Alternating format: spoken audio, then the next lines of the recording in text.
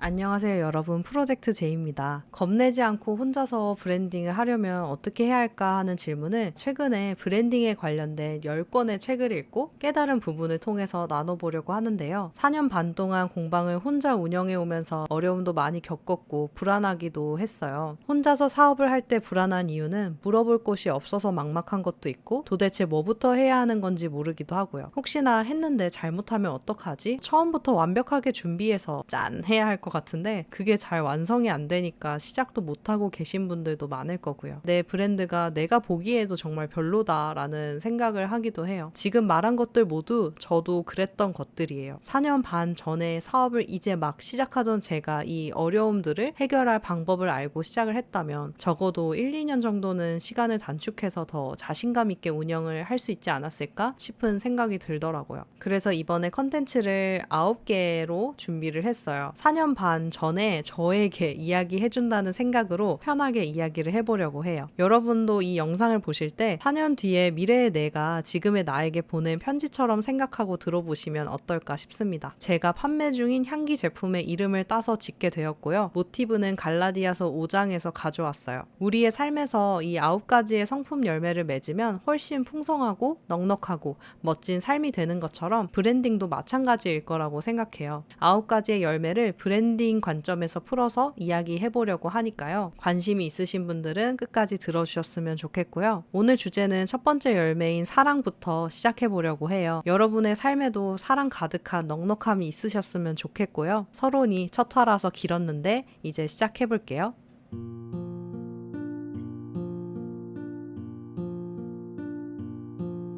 사업을 준비하고 있을 4년 전 나에게 안녕, 새로운 일을 시작해보겠다고 한창 바쁠 텐데 건강은 잘 챙기면서 하고 있지?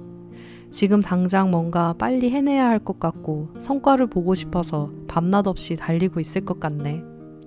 조금만 천천히 가도 제대로 가는 게 중요하니까 한 곳만 바라보면서 매몰되지 말고 주변을 바라보면서 유연하게 갔으면 좋겠어. 너는 지금 정신없는 시기를 보내고 있을 것 같아. 브랜드 로고를 만들고 슬로건 만들고 제품 기획하느라고 정신없지? 그걸 완벽하게 지금 해놔야 앞으로의 사업을 순탄하게 수정없이 할 수 있을 것 같겠지만 사실 지금도 거의 똑같아. 로고랑 슬로건은 지금도 계속 수정하고 있어. 왜냐면 계속 책 읽고 공부하다 보니까 부족한 부분들이 계속 보이는 거야. 너는 로고나 슬로건 같은 건 한번 정하면 바꾸면 안 된다고 생각하고 있지? 근데 사실 그렇지 않더라고. 사람들은 생각보다 완벽한 것에 호감을 갖기보다 엉성해도 자꾸 발전하고 있는 것에 따뜻한 마음을 보내주더라고. 최근에 책을 하나 되게 감명 깊게 읽었어. 제목은 인간적인 브랜드가 살아남는다 이건데 솔직히 아직 아무 정보가 없는 너가 읽으면 이해가 잘 안 되고 공감이 잘 안 될 것 같긴 해. 그래서 내가 지금 이걸 읽고 너에게 지금 당장 필요한 생각들, 방법들을 쉽게 풀어주려고 해. 너가 꼭 내 이야기를 듣고 곧바로 적용하면서 자신감 있게 사업을 해나갔으면 좋겠어. 책을 읽다 보니까 좋은 내용이 많더라고. 할 말이 너무 많은데 오늘은 한 가지 주제만 이야기해볼게. 주제는 사랑이야. 갑자기 웬 사랑이냐고? 뭔가 잘 파는 사람들에게는 기술적인 비밀 같은 게 있거나 뭔가 특별한 비기 같은 게 있을 거라고 생각했거든? 근데 그런 거 하나도 없더라. 약간 음모론처럼 떠도는 그런 이야기들 있지? 그런 거 들리면 아무것도 믿지 마. 그냥 우리는 전공법으로 가면 돼. 그리고 지금 가장 중요한 포인트를 먼저 이야기해 줄게. 그게 뭐냐면 사업도 결국 사람이 하는 일이라는 거야. 이게 무슨 말이냐면 사람의 마음을 움직이는 게 가장 중요하다는 거야. 아무리 AI가 발전하고 무슨 기술력이 발전한다고 한들 결국 사람의 마음을 움직여야 구매도 일어나고 브랜드에 대한 호감도 생겨. 근데 진짜로 잘 나가는 브랜드들도 이런 고민을 할까? 아직 우리가 유명하지 않아서 사랑이라는 추상적이고 기본적인 개념에 대해서 고민하는 건 아닐까? 근데 지금 내가 하는 이야기는 전부 여러 기업을 컨설팅해주는 똑똑한 사람들이 하는 믿을만한 이야기니까 아직 나부랭이 같은 우리는 일단 이 사람들의 말대로 실행해보는 게 좋을 것 같아. 책에서 그런 이야기를 하더라고. 브랜드의 로고를 사랑할 순 없지만 브랜드를 이끄는 사람을 사랑할 수는 있대. 진짜 일리가 있는 것 같지 않아? 그래서 나는 사랑받는 오너가 되기로 결심을 했어. 사람들이 브랜드에 대해 애착을 형성하는 건 우리가 친구와 애착을 형성하는 것과 똑같은 방법으로 이루어진대. 사람들은 따뜻함에 마음이 움직인대. 그러니까 프로젝트 J라는 브랜드를 사랑하게 만드는 방법은 쉽지 않지만 프로젝트 J를 운영하는 이다영이라는 한 인간을 사랑하게 만드는 건 더 쉽다는 거지. 따뜻함을 계속 전달하는 브랜드 오너가 되면 사랑받게 되는 거야. 그러니까 너가 갖고 있는 그 따뜻함을 감추지 말고 계속 드러내는 연습을 하면 좋겠어. 따뜻함을 드러내려면 진정성 있게 다가가야 돼. 꾸준한 태도를 유지하고 원대한 비전을 말하고 사람들에게 자꾸 다가가야 돼. 그리고 진짜 내가 머리를 맞은 것처럼 이 책을 보면서 크게 와닿았던 부분이 있어. 정말 아무에게도 알려주고 싶지 않은 너만 알았으면 좋겠는 그런 이야기야. 더 원론적인 이야기인데 그럼 사랑이라는 게 이렇게나 중요한데 사람들은 어떤 포인트에서 사랑을 느끼게 될까? 우리가 그걸 알게 되면 진짜 이건 인생의 비기 같은 게 아닐까 싶어. 근데 이걸 이 책에서 알려주더라고. 어떤 주사전자 현미경이라는 걸 판매하는 외국의 회사가 있었대. 난 이걸 보자마자 그냥 현미경? 이러고 넘길 정도로 솔직히 이런 제품은 엄청 대중성 있거나 재밌거나 흥미로운 물건은 아니잖아. 그러니까 더더욱 이 회사에서 마케팅이나 홍보하기가 쉽지가 않았던 거지. 근데 이 제품은 대부분 과학자들이 사는 거래. 그래서 이 회사에서 고민을 하다가 이 제품을 구입한 과학자들에게 연락을 다 돌렸대. 주사전자 현미경으로 자신들이 관찰한 것을 사진으로 찍어서 컨테스트를 열겠다고 한 거야. 그래서 많은 과학자들이 흥미를 느껴서 참여를 하게 됐고 그 컨테스트에 우승 상금이나 상패 같은 것들을 준비해서 과학자들 다 불러서 그런 어워드 같은 걸 진행을 했나 봐. 연예 대상 같은 그런 느낌인 거지. 또 우승 작품들을 굉장히 큰 전광판에 슬라이드 쇼처럼 띄워주고 그랬대. 과학자가 아닌 그냥 길을 지나가는 수많은 사람들도 이 과학자들의 사진들을 감상하게 된 거야. 단 한순간에 그냥 작은 회사의 평범한 과학자였는데 갑자기 전광판에 자기 작품이 띄워지는 대단한 사람이 된 거야.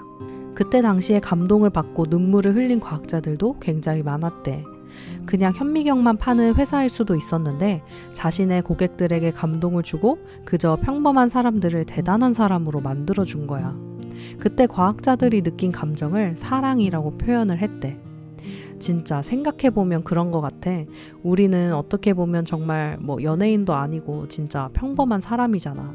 근데 친구도 그렇고 혹은 남자친구가 될 수도 있고 가족이 될 수도 있는데 그 사람들에게 사랑을 받으면 굉장히 특별한 존재가 된 것 같은 그런 느낌이 들잖아.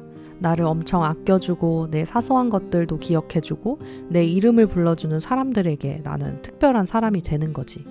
그게 똑같이 브랜드를 운영하면서도 적용이 된다는 거야. 진짜 나는 이걸 듣고 내 모든 인생에 적용할 수 있겠다는 생각이 들더라고. 인간 관계에도 마찬가지고 사업도 신앙마저도 적용할 수 있겠더라고. 결국 세상이 돌아가는 모든 일은 기계가 아니라 사람이 하는 거야. 먼 미래에 기계가 사람의 일을 모두 대체한다고 해도 사람들은 사람들을 찾을 거야. 사람은 외로움이라는 것을 느끼고 본인이 특별해지고 싶어하는 그런 기본적인 욕구가 있으니까. 그러니까 로고랑 슬로건 만드는 것도 중요한데 우선은 프로젝트 J를 통해서 어떤 따뜻함과 감동을 주고 싶은 건지 어떤 사람들을 특별하게 만들어주고 싶은지 그걸 먼저 종이에 적어가면서 깊이 고민해봐. 그리고 그걸 정제하고 정리해서 한 문장으로 만들어 보는 거야. 그리고 그렇게 생긴 너만의 브랜드 가치관을 브랜드 로고에 녹이고 슬로건에 녹여. 그러면 로고의 색감이나 분위기가 조금씩 마음에 안 들어서 나중에 수정을 하게 되더라도 너의 기본적인 가치는 계속 흔들리지 않게 될 거야. 그러면 몇 년이 지나도 몇십 년이 지나도 늘 한결같은 브랜드가 되겠지. 누군가에게 특별한 사랑을 받게 되면 신기하게도 그걸 나누고 자랑하고 싶어지는 것 같아. 몇 달 전에 엄마가 요새 피곤해 보인다면서 내가 좋아하는 닭백숙을 끓여놓고 쪽지를 남겨놨더라고. 딸 요새 피곤해 보이는데 이거 먹고 힘내. 그때 내가 보자마자 들었던 마음은 사랑, 감동, 감격, 알리고 싶은 마음 이런 것들이었어. 왠지 인스타 스토리에 올리고 싶더라고. 근데 이런 사랑은 나누면 배가 되더라. 따뜻함을 나누면 다른 사람들에게도 따뜻함이 전달이 돼. 내 인스타 스토리를 보고 감동을 받은 누군가는 집에 가서 내 이야기를 할 수도 있고, 나중에 닭백숙을 먹을 때 이 이야기가 불현듯이 떠오를 수도 있을 거야. 갑자기 왜 이 얘기를 하는지 이해가 잘 안 되지?